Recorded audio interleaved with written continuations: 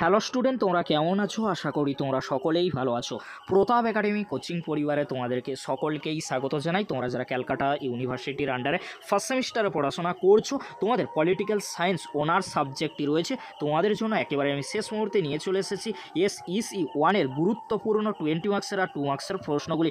বিগত সালে যে প্রশ্নগুলি পড়েছিল তার প্রশ্নপত্রও কিন্তু আমি এই ভিডিওতে দেখিয়ে দেবো, তাহলে তোমাদের দেখতে সুবিধা হবে কোন প্রশ্নগুলি আগের বছরে পড়ে গিয়েছিল সেই প্রশ্নগুলি আর আসবে না।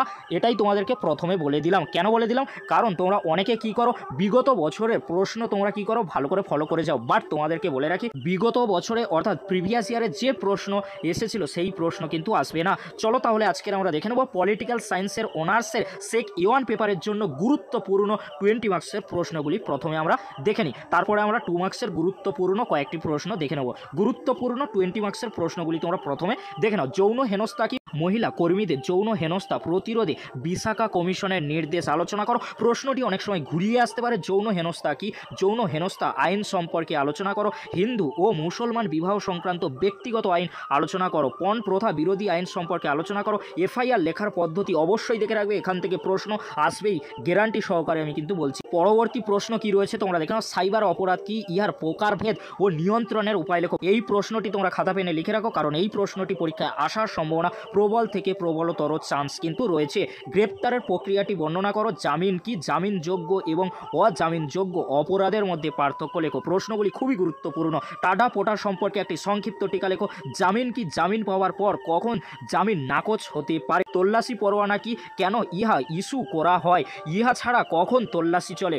খুবই গুরুত্বপূর্ণ প্রশ্নগুলি, তোমরা ভালো করে দেখে নাও। উপভোক্তা অধিকার সম্পর্কিত আইন সম্পর্কে আলোচনা করো। কেন্দ্রীয় তথ্য কমিশনের গঠন ও কার্যাবলী আলোচনা করো। ভারতের জাতীয় মানবাধিকার কমিশনের গঠন ও কার্যাবলী লেখো। এই প্রশ্নগুলি 20 মার্কসের জন্য খুবই গুরুত্বপূর্ণ।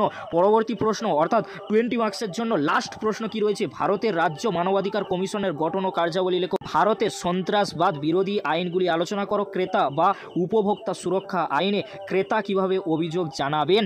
লোক আদালতের গঠন ও কার্যাবলী লেখো। এই প্রশ্নগুলি তোমরা শেষ মুহূর্তের জন্য সেক E1 পেপারের জন্য 20 মার্কসের জন্য দেখে যাও। অবশ্যই তোমরা এখান থেকে 100% প্রশ্ন কিন্তু কমন পেয়ে যাবে। এবারে তোমাদেরকে বলে রাখি, তোমাদের যাতে পলিটিক্যাল সায়েন্সে সেক E1 পেপারটি রয়েছে, তোমাদের জন্য শেষ মুহূর্তে 2 মার্কসের জন্য গুরুত্বপূর্ণ মাত্র 18টি প্রশ্ন উত্তর তোমরা দেখে নাও। এছাড়াও তোমরা এক্সট্রা প্রশ্ন অবশ্যই দেখে যাবে, তবে আমি তোমাদেরকে বলবো এই 18টি প্রশ্ন অত্যন্ত গুরুত্বপূর্ণ, আমি আলোচনা করছি না। প্রশ্নগুলি তোমরা দেখে নাও। এফআইআর কি রয়েছে? এফআইআরের সম্পূর্ণ কথা কি? এফআইআর কিভাবে দাখিল করা হয়? পরবর্তী প্রশ্ন রয়েছে গ্রেপ্তার কাকে বলা হয়? তোমরা দেখে নাও। ভারতীয় সংবিধানে 22 নম্বর ধারা উল্লেখ করো কি রয়েছে? তারপরে তোমরা দেখে নাও ওয়ারেন্ট ছাড়া গ্রেপ্তার করা যায় এমন কয়েকটি ক্ষেত্র উল্লেখ করো। উত্তরটি তোমরা দেখে নাও। গ্রেপ্তার হওয়া ব্যক্তির কয়েকটি অধিকার লেখো। পরবর্তী প্রশ্ন বেল বা জামিন কি? অত্যন্ত গুরুত্বপূর্ণ।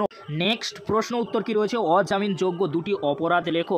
কোন কোন ক্ষেত্রে কোর্ট জামিন নাকচ করতে পারে, অর্থাৎ কোর্ট জামিন নাকচ করতে পারে? তোমরা ভালো করে দেখে নাও। তল্লাশি কি? অত্যন্ত গুরুত্বপূর্ণ। তল্লাশি মানে ওয়ারেন্ট, খুবই গুরুত্বপূর্ণ। নেক্সট প্রশ্ন কি রয়েছে? কোথায় কোথায় তল্লাশি চালানো হয়? কোন কোন ক্ষেত্রে তল্লাশি পরোয়ানা ইস্যু করা হয়?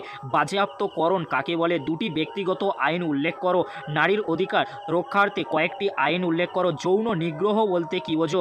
পরবর্তী প্রশ্ন অর্থাৎ লাস্ট প্রশ্ন উত্তর কি রয়েছে? যৌন নিগ্রহ সংক্রান্ত বিশাখা নির্দেশিকার দুটি বৈশিষ্ট্য লেখো। তোমরা উত্তরগুলি ভালো করে দেখে নাও। এবারে তোমাদেরকে বলে রাখি পলিটিক্যাল সায়েন্স সেক E1 পেপারের 2023 সালের প্রশ্নপত্রটি তোমরা দেখে নাও। এরকমই প্রশ্নপত্র তোমাদের কিন্তু হতে চলেছে, বাট এই যে প্রশ্নগুলি রয়েছে এখান থেকে কোনো প্রশ্ন পরীক্ষায় কিন্তু আসবে না। যে প্রশ্নগুলি আমি আলোচনা করে দিয়েছি ওখান থেকে 100% তোমরা পরীক্ষায় কমন পেয়ে যাবে। চিন্তামুক্ত তোমরা থাকো, কারণ আমাদের দেওয়া সাজেশন থেকে তোমরা 100% কমন পেতে চলেছো। আমাদের সাজেশন কখনো ফল্ট হয় না, এটা তোমরা বিগত কয়েক বছর ধরে দেখে আসছো। তোমরা যদি আমাদের চ্যানেলকে ফলো করো, যারা আগের সেমে রয়েছে তারা ভালো করে আমাদেরকে চেনে, সেই জন্য তোমাদেরকে বলো এই প্রশ্নগুলি তোমরা শেষ মুহূর্তের জন্য দেখে যাও। অবশ্যই তোমরা এখান থেকে 100% কমন পেয়ে যাবে আগামীকাল পরীক্ষায়। ভিডিওটি দেখার জন্য তোমাদেরকে অসংখ্য ধন্যবাদ।